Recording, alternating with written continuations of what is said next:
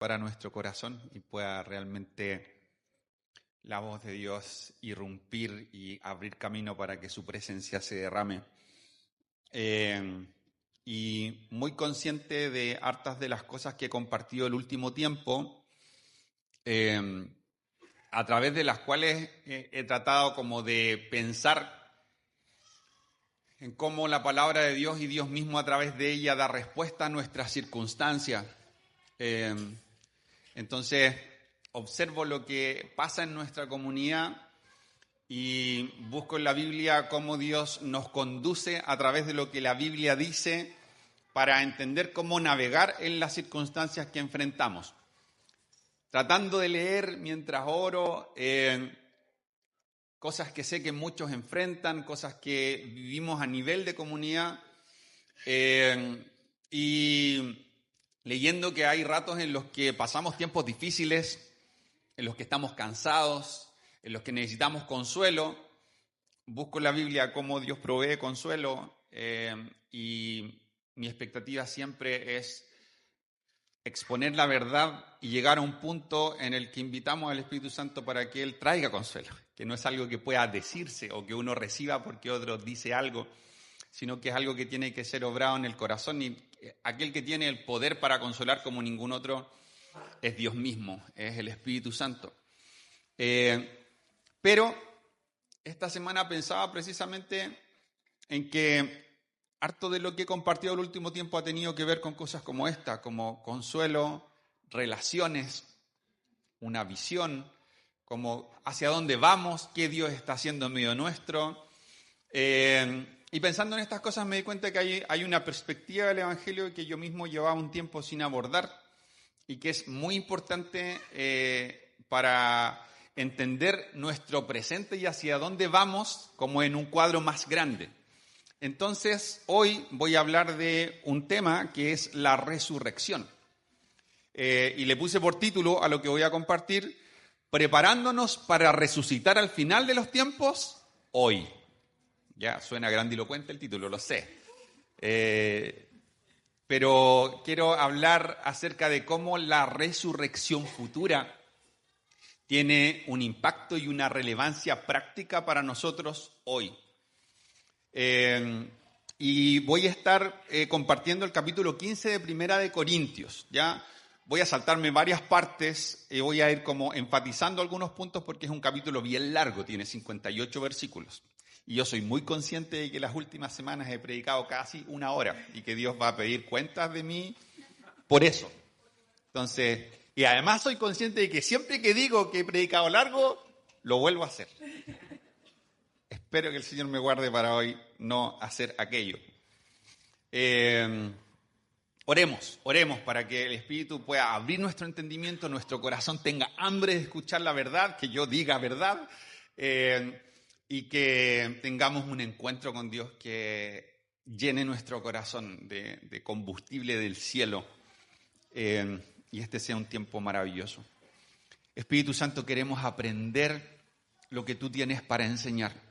Abre nuestros ojos para ver, pon en nosotros un corazón sensible para sentir, oídos para escuchar, que estén dispuestos, disponibles para hacer aquello que tú nos invitas a hacer, para vivir en la dimensión y en la forma en la que tú nos invitas a participar contigo, para que al escuchar tu palabra sea como estas personas que volvían hacia Emaús después de la crucifixión y que cuando escucharon a Jesús su corazón ardía dentro de ellos. Que nuestro corazón pueda arder por tu palabra, por todo lo que sale de tu boca y esté dispuesto para que sea un tesoro en nuestro interior que termine manifestándose en todas direcciones lo que tú siembras en nosotros. En el nombre de Jesús, amén. Amén.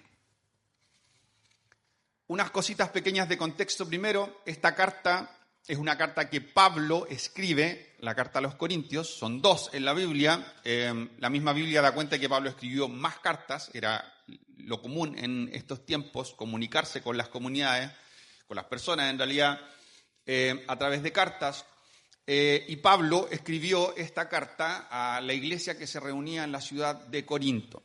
Y la carta completa tiene una estructura, de hecho es un poco famosa esta carta por esto.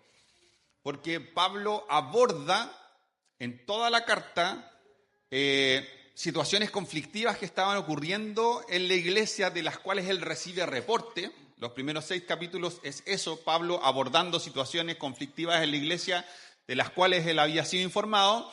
Y la segunda parte de la carta, Pablo responde preguntas que le habían hecho y provee fundamentos teológicos, enseñanzas acerca del reino, para nutrir la vida de la iglesia que estaba siendo formada y que necesitaba un contenido sólido sobre el cual sostenerse.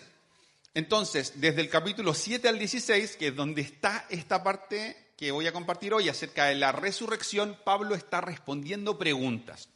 Y la pregunta que tiene que ver con la resurrección, que él desarrolla muy profundamente en el capítulo entero, tiene que ver precisamente porque dentro de esta comunidad, en la cual la Biblia en la misma carta dice que había un mover del Espíritu permanente, había cosas que pasaban, dones activos, milagros ocurriendo, escuchaban la voz de Dios, proclamaban la voz de Dios. Había también dentro de esa comunidad gente que no creía en la resurrección, que no creía que Jesús haya resucitado y las implicancias que eso tiene. Entonces Pablo les advierte de como la locura que esto es, no creer en la resurrección y creer en Jesús, y no advertir como las implicancias que eso tiene. Ojo, porque los primeros 6 capítulos, cuando abordan los conflictos que había en esta iglesia, entre ellos había división, peleas e inmoralidad. Pablo dice, ni siquiera la gente que no cree en Dios practica las cosas que ustedes practican. Había la historia de un hombre cuya esposa, asumo segunda esposa, ¿cierto?, había empezado una relación con el hijo del mismo hombre. Entonces Pablo dice, ¿cómo es posible que pase esta cuestión en la iglesia y que todos hagan como que está perfecto? Otra relación, qué hermoso. Pero este es el ojo que quiero poner, porque no voy a hablar de eso. Ojo que el no creer en la resurrección es una de las bases para la inmoralidad y para la injusticia. Porque genera esta sensación de que en ningún momento voy a dar cuentas. De que mientras a mí me vaya bien, mientras yo esté bien, no importa cómo viva hoy. Si yo tengo una espiritualidad desarrollada y experimento a Dios, pero vivo a mi antojo, no importa. Porque en la medida en que me sienta bien, yo esté bien, yo crezca como persona y haga bien a mi entorno, lo que haga en mi intimidad o los errores que cometa o aquellas veces en las que hiera a otros, no importa. La convicción de que Jesús va a volver y que su regreso va a implicar nuestra resurrección y que en un punto vamos a dar cuentas, no como algo por lo cual estar asustados, no como una motivación para el temor, sino como esta noción de que nosotros portamos un mensaje que habla de trascendencia. Dios ha puesto eternidad en nosotros y esto afecta y debiese afectar la expectativa de esto, la manera en la que nosotros vivimos hoy. Ahora, había gente que no creía en la resurrección. Nosotros, a priori, las personas que participamos de una comunidad de fe, creemos que Jesús resucitó. Es un elemento como absolutamente central y fundacional de nuestra fe, el Evangelio que anuncia lo que Jesús, cómo nació, cómo vivió, lo que hizo en la cruz y que finalmente Él resucitó. Entonces nosotros creemos en la resurrección, pero muchas veces tenemos una incredulidad práctica. O sea, me preguntan y yo digo que Jesús resucitó, pero me parece a veces como medio ciencia ficción las implicancias que tiene esto para mí. El hecho de que Jesús haya resucitado implica que también yo y todos los que han creído en Él vamos a resucitar. Creemos en una resurrección que aparentemente como que no importa tanto. Como que ya Jesús vino, hizo lo que hizo, resucitó, y si me preguntan, yo creo que va a volver, pero yo estoy entre medio y vivo mi vida nomás. Y como que no hay una tensión sobre mi vida que me desafíe y me nutra para tener una perspectiva de que lo que inició en Jesús está en desarrollo en este momento y se va a consumar. Y la manera en la que yo vivo hoy importa. Entonces, tenemos que cambiar nuestra perspectiva temporal basados en una realidad histórica que Pablo aborda en este capítulo. Y las preguntas que quiero que nos hagamos para cerrar con preguntas parecidas, antes de hablar de este capítulo, es las cosas que tú y yo decidimos hoy, de lunes a domingo, las cosas que hago, cómo invierto mi tiempo, cómo invierto mi dinero, cómo tomo decisiones, ¿tienen que ver con lo eterno o solo tienen que ver con lo presente? Mi relación con Jesús, ¿tiene que ver con lo eterno o solo tiene que ver con mi vida en el presente? Entonces, 1 Corintios capítulo 15, voy a ir saltando partes, pero lo primero que quiero decir es que Jesús sí resucitó. Esto es algo que nosotros tenemos que enseñar explícitamente porque es el fundamento de nuestra fe. Dice, Cristo murió por nuestros pecados tal como dicen las Escrituras. Fue enterrado y al tercer día fue levantado de los muertos, tal como dicen las Escrituras. Lo vio Pedro y lo vieron los 12. Más tarde lo vieron más de 500 de sus seguidores a la vez, la mayoría de los cuales todavía viven, aunque algunos ya han muerto. Luego lo vio Santiago y después lo vieron todos los apóstoles. Por último, como si hubiera nacido en un tiempo que no me correspondía, también lo vi yo, dice Pablo. Pablo está diciendo, lo que le estoy diciendo, si no fuese cierto, podría ser desmentido por muchos. Pero son tantos los que dan testimonio juntamente conmigo, que esto es un hecho histórico innegable. Lo vieron cientos de personas. Hubo personas que lo tocaron. Jesús fue molido delante de un público masivo. No hay ninguna posibilidad de que su muerte haya sido aparente. De hecho, precisamente esto de haberlo dejado en la tumba 3 días es el testimonio de que Jesús realmente murió. Pero su resurrección fue atestiguada por muchos. Entonces, esto es un hecho histórico, no es una creencia, no es algo que a alguien se le ocurrió, es algo de lo que muchos dieron testimonio. Y hay gente que no cree en el Evangelio y piensa, por ejemplo, que la religión surge siempre desde un contexto de manipulación, porque a lo mejor hemos sido objeto de manipulación o testigos de manipulación y eso ha herido nuestra vida, la vida de personas que amamos o la vida de gente que conocemos. Pero el Evangelio surge en un contexto de tremendo riesgo y resistencia. Los primeros discípulos, lejos de tomar una posición de honor a través de la cual se servían de la iglesia, terminaron perdiendo sus vidas por causa del Evangelio. ¿Qué sentido tendría inventar una mentira tan elaborada que produjese tu propia muerte? No tiene ningún sentido. Pero además, el testimonio de que Jesús resucitó no era solamente de los líderes de la iglesia, era de cientos de personas que en los tiempos en que Pablo escribe esta carta todavía estaban vivos. Entonces estamos en presencia de un hecho histórico, algo que efectivamente ocurrió y frente a lo cual hay muchos testigos. Apocalipsis 1, 17 y 18 dice esto maravilloso cuando Juan se encuentra con Jesús en esta visión. Él se da vuelta y ve a Jesús y dice, cuando lo vi caí a sus pies como muerto.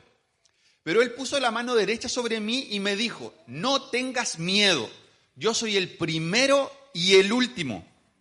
Yo soy el que vive. Estuve muerto, pero mira, ahora estoy vivo por siempre y para siempre. Y tengo en mi poder las llaves de la muerte y de la tumba. Jesús efectivamente murió, históricamente resucitó y a través de su resurrección comenzó la destrucción de la muerte para siempre. Él es el primero de muchos. Pero sigue Pablo en esta carta y lo siguiente que dice es que si Jesús no hubiese resucitado, el cristianismo se desmorona porque estaría sostenido sobre el testimonio de gente mentirosa. Si no hay resurrección de los muertos, entonces Cristo tampoco resucitó. O sea, si tú no tienes expectativa de que tú vas a resucitar, estás negando la muerte de Jesús. Estás diciendo que la resurrección es una locura. Y si Cristo no ha resucitado, toda nuestra predicación es inútil y la fe de ustedes es inútil. Y nosotros, los apóstoles, estaríamos todos mintiendo acerca de Dios, porque hemos dicho que Dios levantó a Cristo de la tumba. Así que no puede ser cierto si no hay resurrección de los muertos. Y si no hay resurrección de los muertos, entonces Cristo no ha resucitado. Y si Cristo no ha resucitado, entonces la fe de ustedes es inútil y todavía son culpables de sus pecados. En ese caso, todos los que murieron creyendo en Cristo están perdidos. Y si nuestra esperanza en Cristo es solo para esta vida, somos los más dignos de lástima de todo el mundo. Si nuestra relación con Jesús se reduce solamente al consuelo, solamente a una visión de sus planes para mí en el presente, si solamente estoy construyendo mi vida para hoy, para los próximos 20, 30 o 40 años, o cuando me jubile, o como termine mis días, si mi visión se limita solamente a eso, entonces somos los más dignos de lástima de todo el mundo. Y yo sé que en términos teóricos nosotros creemos en la resurrección, pero muchas veces somos dignos de lástima porque construimos nuestra vida completa para el hoy. Y estamos preocupados siempre solo de hoy. Y lo maravilloso de esta historia es que Dios es tan bueno que Él está preocupado de nuestro hoy. A Él le importa hoy. Le importa cómo vivimos hoy, pero también le importa cuidarnos y mostrarnos su amor hoy. Él cuenta los pelos que hay en nuestra cabeza. Él conoce las cosas que anhelamos y lo que necesitamos y se complace en dárnoslo. Él sabe lo que necesitamos y todo el tiempo está mostrándonos su amor. Pero eso no es lo único que hay. La realidad no puede reducirse a nuestras necesidades, a nuestros anhelos, a nuestros planes, a nuestros proyectos, a nuestros dolores. Hay más. Y esto no es un escapismo para decir que tenemos un consuelo de tontos en momentos en que las cosas se enredan y es imposible desenredarlas. Porque Dios, precisamente en Jesús, nos ha mostrado que Él se encarna en la historia para vivir como nosotros. Así que si hay alguien que sabe lo que significa padecer nuestros dolores, es este sumo sacerdote que puede compadecerse porque experimentó el dolor, pero no pecó.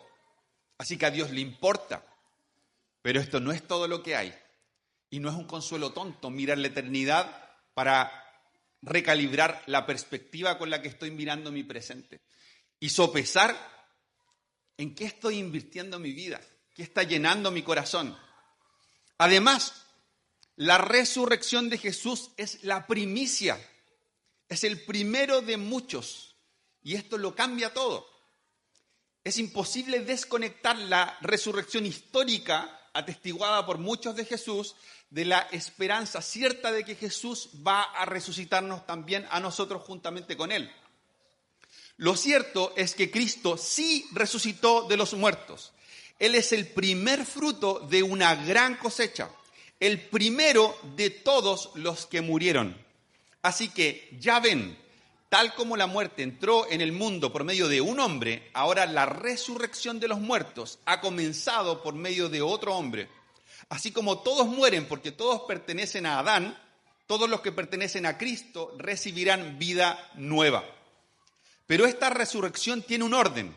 Cristo fue resucitado como el primero de la cosecha. Luego todos los que pertenecen a Cristo serán resucitados cuando Él regrese. Después de eso vendrá el fin, cuando Él entregará el reino a Dios el Padre. Luego de destruir a todo gobernante y poder y toda autoridad, pues Cristo tiene que reinar hasta que humille a todos sus enemigos debajo de sus pies, y el último enemigo que será destruido es la muerte. Voy a dejar esa última frase con un pin, porque la voy a retomar de ahí. Jesús, en el testimonio de Juan, el Evangelio de Juan, dice: pues la voluntad de mi Padre es que todos los que vean a su Hijo y crean en Él tengan vida eterna. Y yo los resucitaré en el día final.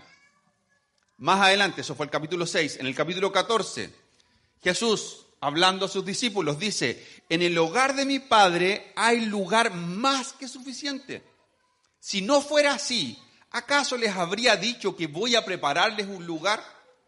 Cuando esté todo listo, volveré para llevarlos, para que siempre estén conmigo donde yo estoy.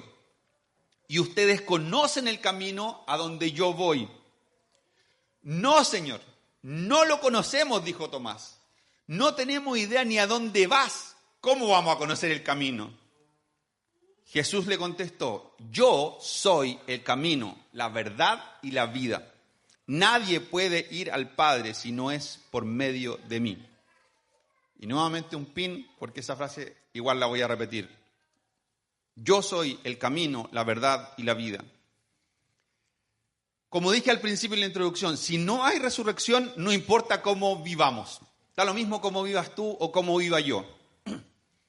Si los muertos no serán resucitados, ¿qué valor hubo en luchar contra las fieras salvajes esa gente de Éfeso, cristianos que por su testimonio fueron expuestos al circo romano y fueron devorados por bestias como un espectáculo? ¿Para qué? ¿Para qué seguir a Jesús si la consecuencia es morir devorado como un espectáculo? ¿Qué sentido tiene si no hay esperanza de que lo que Jesús ha hecho en mí trasciende? No puede ser consumido por la muerte, pero qué absurdo sería morir por Cristo y romantizar la muerte como si fuese un fin en sí mismo, si todo se acaba ahí. Y si no hay resurrección, comamos y bebamos que mañana moriremos.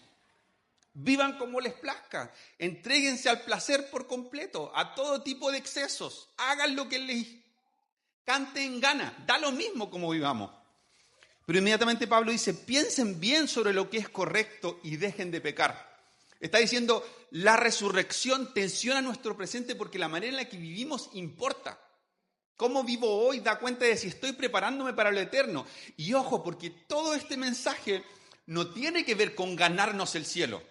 No tiene nada que ver con eso, no tiene que ver con que si yo vivo rectamente van a poner un escenario y van a darme una medalla para que todos sepan cuán rectamente viví y cómo tomé mis decisiones pensando en lo eterno y todos me van a aplaudir. Tiene que ver con que nosotros creemos que en Jesús el reino futuro ha irrumpido en el presente y ha inaugurado la realidad del cielo en nosotros. Por eso hoy la gente puede ser sanada cuando oramos. Por eso hoy el Espíritu Santo puede ser derramado y puede restaurar corazones rotos, puede reconciliar personas que humanamente no se habrían reconciliado nunca. Puede hacer milagros, puede hacer cosas impresionantes, porque la realidad del cielo ha irrumpido en la historia concreta a través de Jesucristo. Pero también junto con eso ha irrumpido en la historia la cultura del cielo.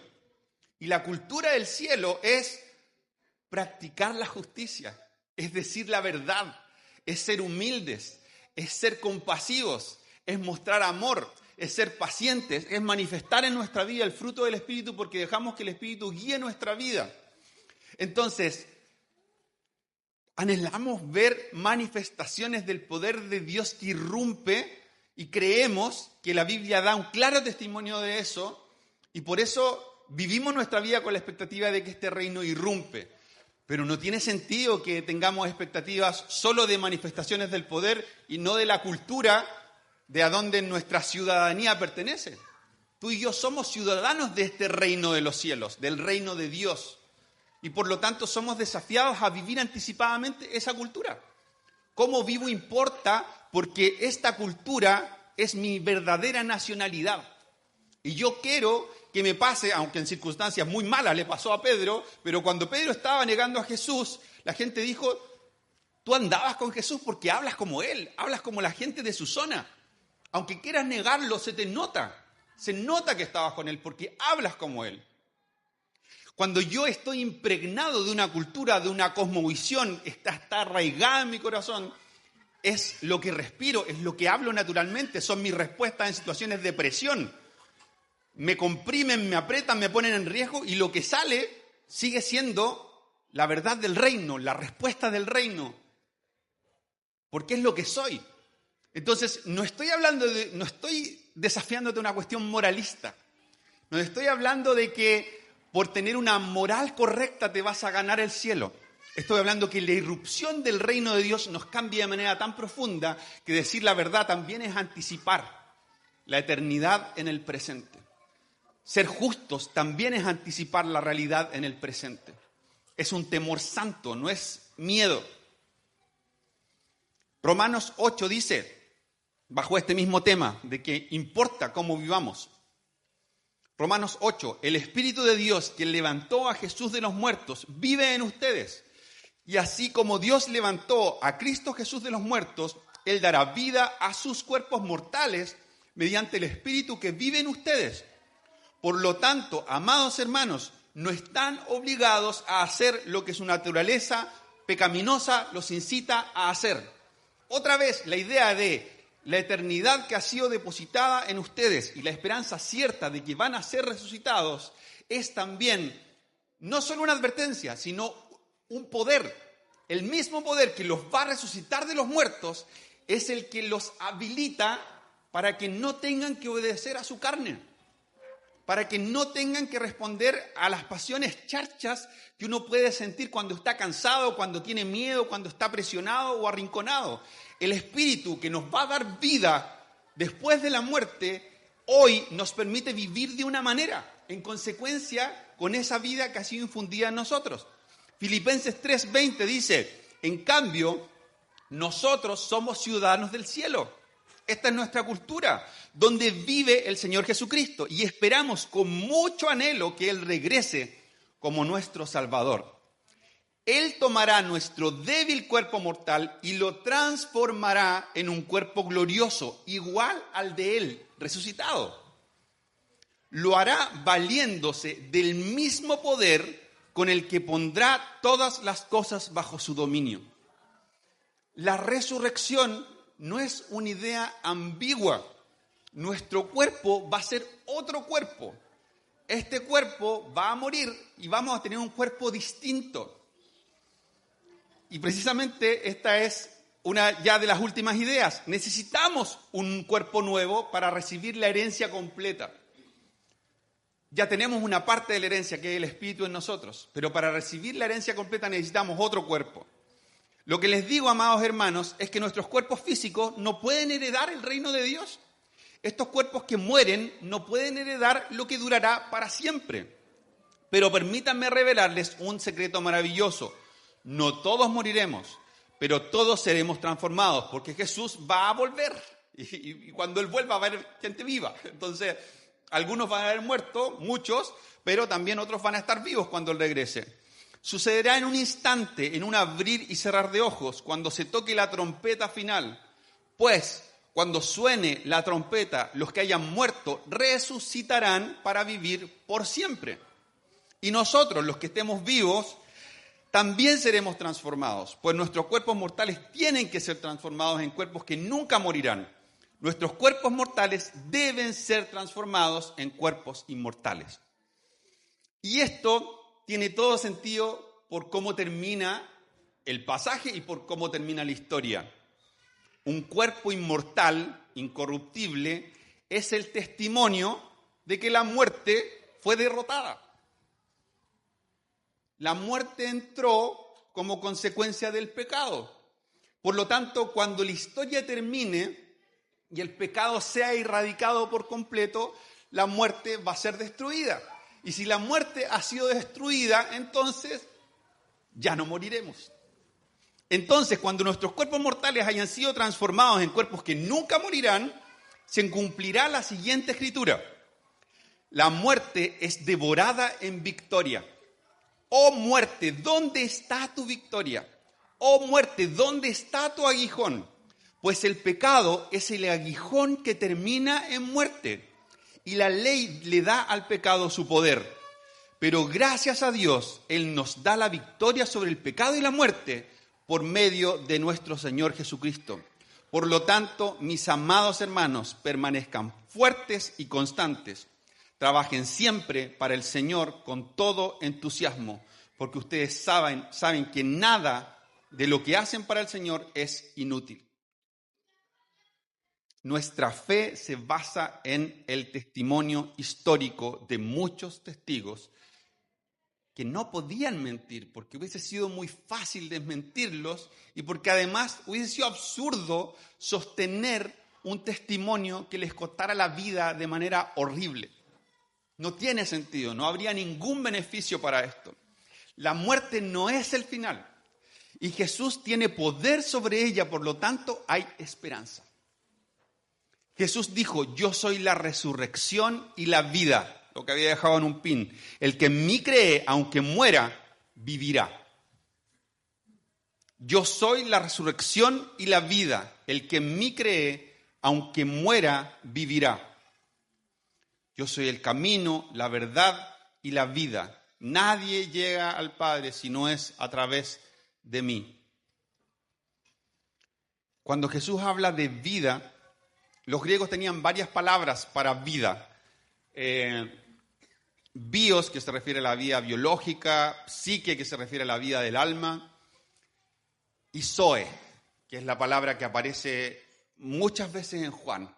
Cuando Jesús dice, yo soy el camino, la verdad y la vida, dice, yo soy el camino, la verdad y zoe.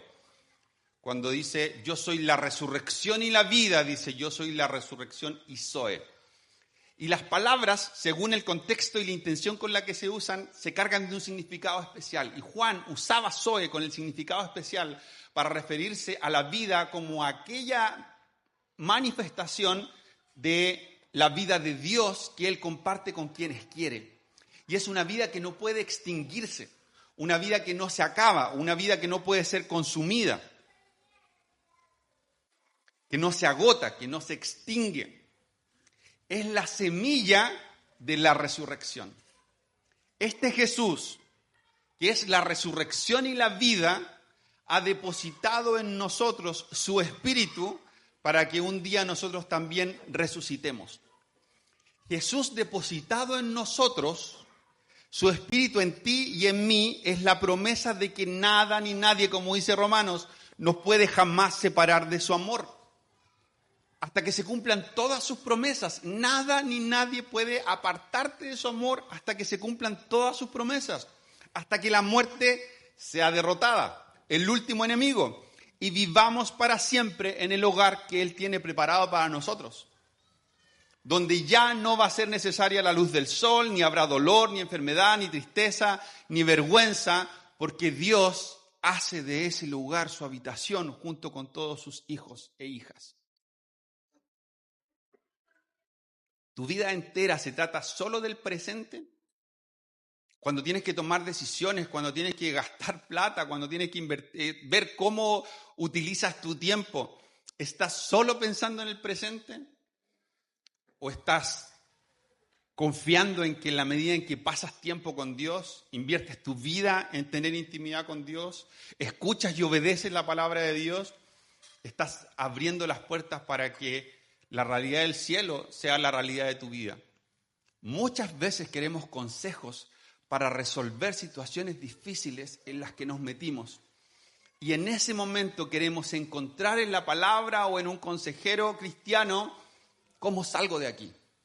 Y esto es común para muchos de nosotros, no es algo por lo cual agarrar a latigazos a nadie, pero es porque nos acostumbramos a vivir en conformidad con migajas, en la cual no logro advertir la realidad espiritual y futura como parte de mi realidad, sino hasta que me veo acobatado.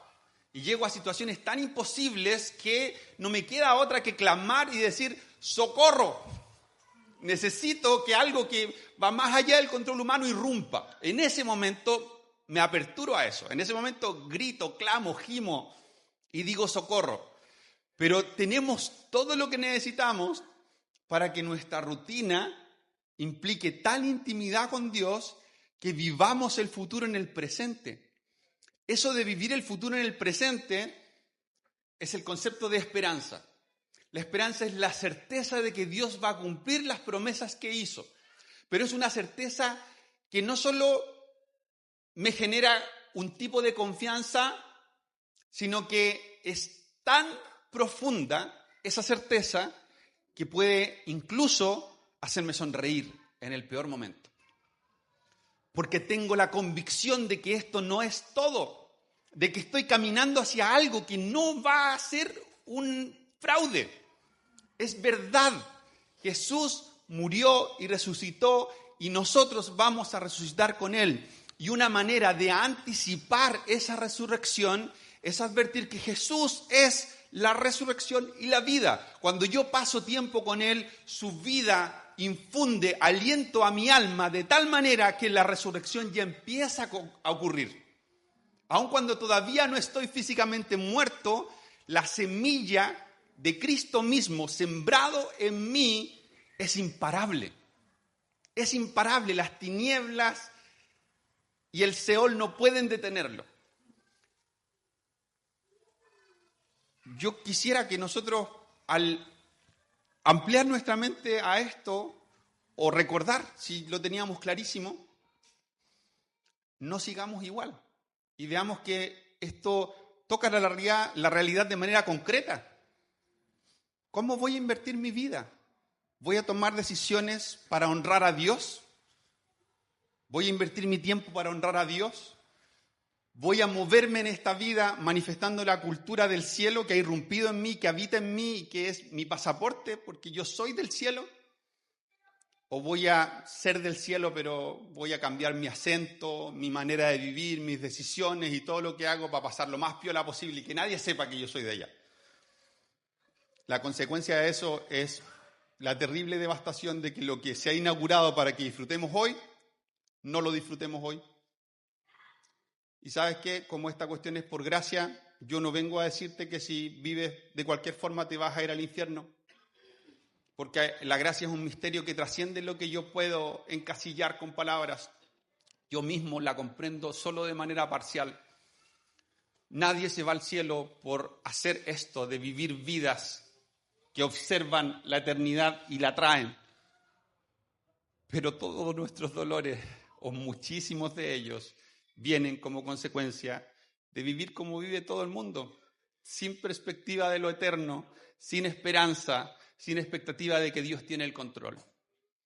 Nosotros podemos responder a la palabra de Dios invitando al Espíritu Santo para que examine nuestra mente y nuestra vida. ¿Cómo estoy invirtiendo mi vida hoy? Y si tú en ese escrutinio llegas a la conclusión de que hay cosas en las que estás poniendo mucha fuerza, que son temporales, cosas que han gastado tu corazón de manera profunda, te has consumido por obtener cosas que duran un rato. Tenemos chance de pedir al Espíritu de Dios que venga y nos dé una perspectiva en la que lo eterno pone las cosas en orden. Y eso trae consuelo, eso trae esperanza, eso trae ánimo, pero también trae dirección. Cuando uno sabe a dónde va, sabe a qué cosas decir que no y a qué cosas decir que sí. Sabe por qué cosas desgastarse y qué cosas no merecen que nos desgastemos. Hay cosas por las que es bueno invertir, tenemos que trabajar, es bueno capacitarse. Hay muchas cosas que son buenas, pero que no son suficientemente buenas como para consumir tu vida por ellas. El único por el que vale la pena gastar nuestra vida completa es Él, como cantábamos. 39 minutos marca a mí. Iba a hacer un llamado, pero mejor me voy a ir para quedarme los 39 minutos.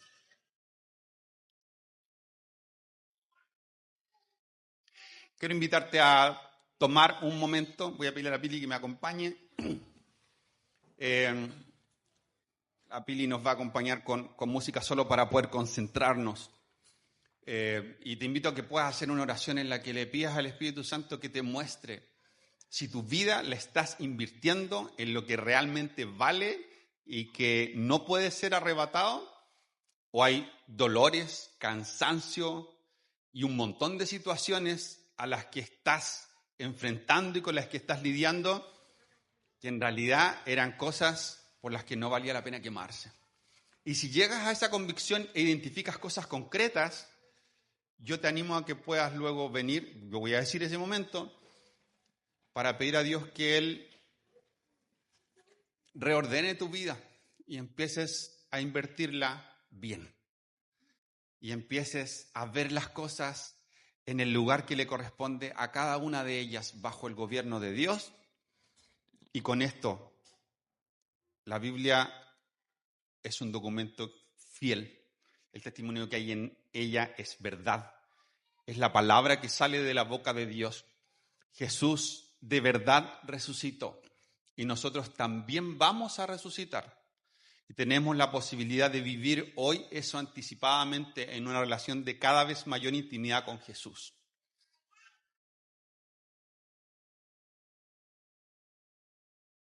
Espíritu Santo, en el nombre de Jesús oramos y te invitamos ahora, mientras nos preparamos para tener un momento de silencio en el que cada uno pueda orar en su mente o con sus palabras, escuchándose a sí mismo.